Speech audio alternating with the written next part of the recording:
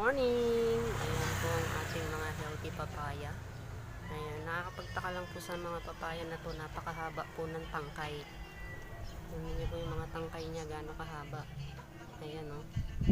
So, pero yung ibang mga papaya po namin, hindi naman ganyang kahaba yung tangkay. Ito po ba ay kung parang sa hikaw ay parang dangling.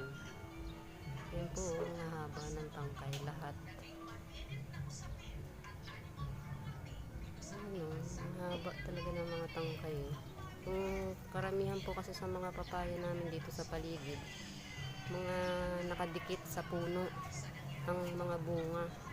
Pero mga hipik din po ang bunga. Pero ito po, malalayo ang agwat sa puno mismo ng bunga kasi mahaba nga po yung tangkay. Na mesmerize lang po ako na nakikyutan po.